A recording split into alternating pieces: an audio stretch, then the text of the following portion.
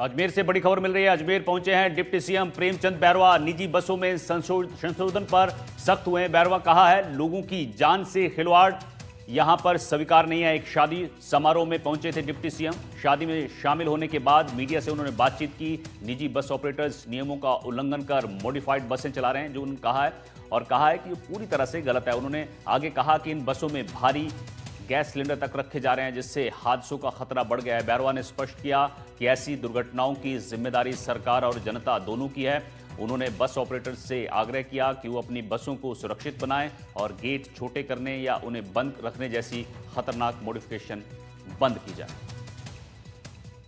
Double engine की सरकार राजस्थान में 2 साल से हमारे प्रधान मुख्यमंत्री भजनलाल शर्मा जी ने जिस तरह से 2 साल में अनेक काम करके इस जनता को ये साबित कर दिया है कि विकास करने वाली और विकसित राजस्थान बनाएगी तो भारतीय जनता पार्टी बनाएगी। इसलिए आम जनता को भरोसा है भारतीय जनता पार्टी में, जो कहती है वो करती है। और जिस तरह से अंता का चुनाव मैं जो देख रहा हूँ, रात को आया था, बहुत अच्छे तरीके से वह भारतीय जनता पार्टी का हमारा प्रत्याशी जीते। क्वेश्चन पूछना चाहता हूँ, क्या आम लोग जो हमारे यात्री उसमें सफ़र करते हैं, क्या उनको जलने दें? आप बताइए मुझे। तो अगर इस तरह की घटनाएं हो रही है और उनको हम उनके साथ हैं, क्योंकि उनके ऊपर भी वो भी इतने कटघरे में भी खड़े करते हैं और आर्थिक दृष्टि से उनको भी बहुत नुकसान होता है। राजस्थान के डिप्टी सीएम प्रेमचंद बैरवा आज अजमेर पहुंचे हैं निजी शादी समारोह में। सर, आज अजमेर आए हैं और मीडिया से ही बात हो गई।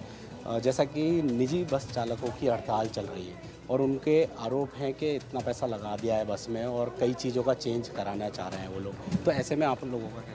देखिए, जिस तरह से बसों की बॉडी को मॉडिफाई करके नॉर्म्स के हिसाब से नहीं बना रखे, हम उन पे कार्रवाई कर रहे हैं।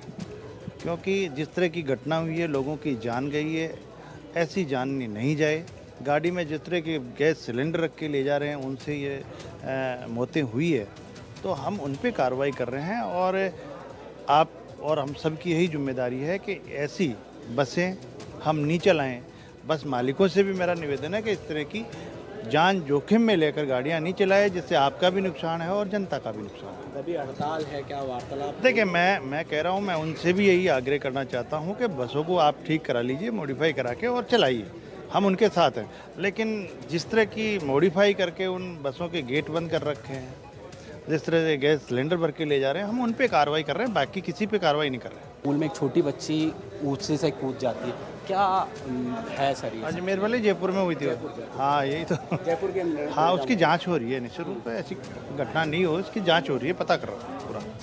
तो ये हैं डिप्टी सीएम प्रेमचंद बैरवा, और इन्होंने कहा है कि जो प्राइवेट स्कूल में जो बच्ची की डेथ हुई है उसमें जांच की जा रही है, वहीं जो निजी बस चालकों की जो हड़ताल है वो बेबुनियाद है। उन्होंने ये कहा कि जो मॉडिफाई बसों को कराया गया है वो गलत है। जैसी ओरिजिनलिटी बसों का स्ट्रक्चर होना चाहिए वैसा ही रहे तो इन्हें कोई आपत्ति नहीं है। एनडीटीवी राजस्थान अजमेर से पवन अटारिया। जयपुर से इस वक्त दुखद खबर मिल रही है। कजाकिस्तान से आए राहुल की इलाज के दौरान मौत हो गई है। कजाकिस्तान से आपको बता दें कि राहुल को एयरलिफ्ट किया गया था, एम्बुलेंस के जरिए यहां पर भारत लाया गया था। पिछले कुछ दिनों से एसएमएस अस्पताल के मेडिकल आईसीयू में राहुल भर्ती थे।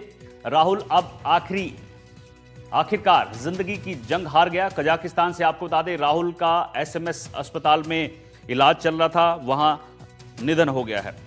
राहुल को दिवाली के दिन कजाकिस्तान की राजधानी अस्ताना से एयर एम्बुलेंस के जरिए जयपुर लाया गया था। एयरपोर्ट से उन्हें एसएमएस अस्पताल की क्रिटिकल केयर एम्बुलेंस में मेडिकल टीम की निगरानी में अस्पताल पहुंचाया गया। अस्पताल पहुंचते ही राहुल को मेडिकल आईसीयू में भर्ती कराया गया, जहां विशेषज्ञ डॉक्टर्स जो हैं उनकी टीम लगातार उपचार में जुटी हुई थी। लेकिन आज राहुल ने दम तोड़ दिया। बता दें कि राहुल 2021 से अस्ताना में एमबीबीएस की पढ़ाई कर रहे थे। 8 अक्टूबर को उन्हें अचानक ब्रेन हेमरेज हुआ था।